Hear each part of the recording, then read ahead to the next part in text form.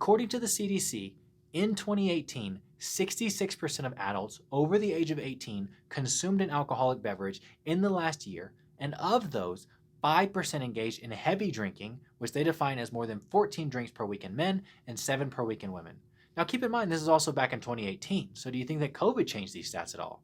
I mean, surely it had to, right? I can tell you personally that during COVID, I was living in Minnesota, and across the highway from where I worked, there was this liquor store. And you could always tell when the governor was about to make an announcement that things were going to be shutting down for a little while, because the line outside of the liquor store would be wrapped around the parking lot.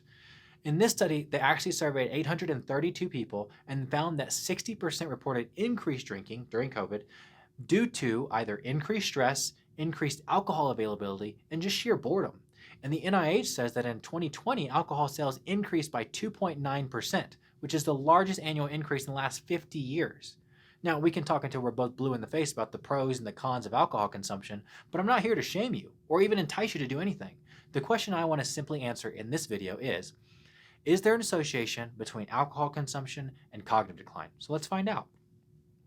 In a recent study, they took over 5,000 people who were over the age of 60 and they separated them into 3 groups: non-drinkers, drinkers, and heavy drinkers. And they came to the conclusion that heavy alcohol consumption in younger old people, which they classify as 60 to 69 years of age, was associated with a lower risk of cognitive impairment, while middle-aged people, aka over 70 years of age, showed a higher risk of cognitive impairment than non-drinkers. And get this, I think this is super fascinating. They state that people with lower education levels may have less brain reserve and a higher risk for developing cognitive decline. Less brain reserve, meaning if I'm not the sharpest tool in the shed, I can't risk losing a whole lot of my wits before I'm about as useless as a screen door on a submarine.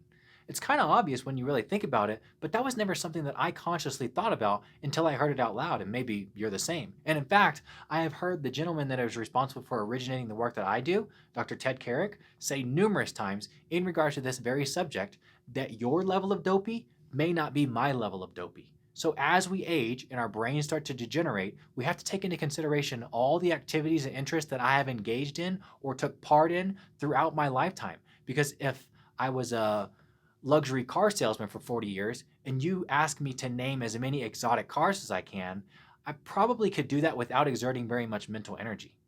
I think this is a really important point because oftentimes patients will come into my office and will use objective measurement tools like Montreal Cognitive Assessment or what have you.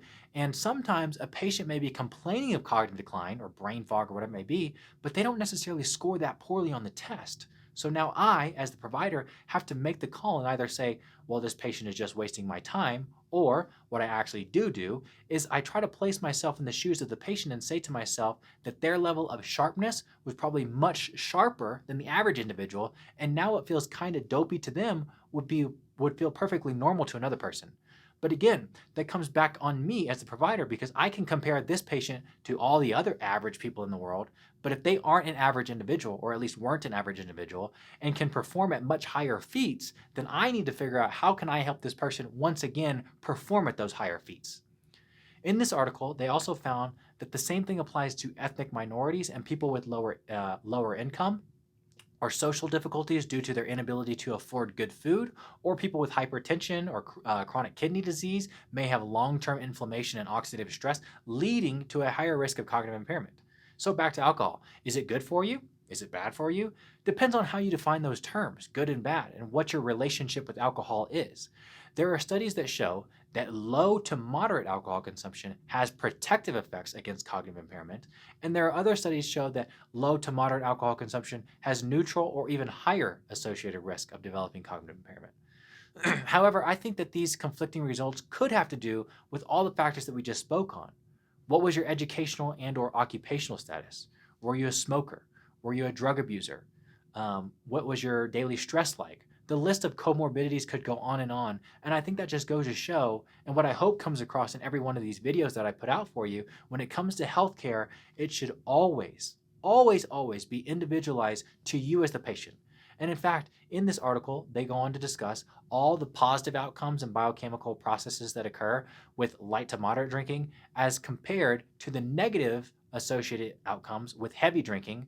But to spare you all the big words that are hard to pronounce and ultimately to answer the question of this video, they state that light to heavy drinking was associated with lower risk of cognitive impairment in younger old people, while heavy alcohol consumption was associated with a higher risk of cognitive impairment in older people. If you're struggling with cognitive decline, or maybe you know someone who is, I've created a free PDF guide that you can download on our website that will walk you through the exact thought process of how I systematically work through managing patients who are struggling with cognitive decline. If you're interested, I'll leave the link down below.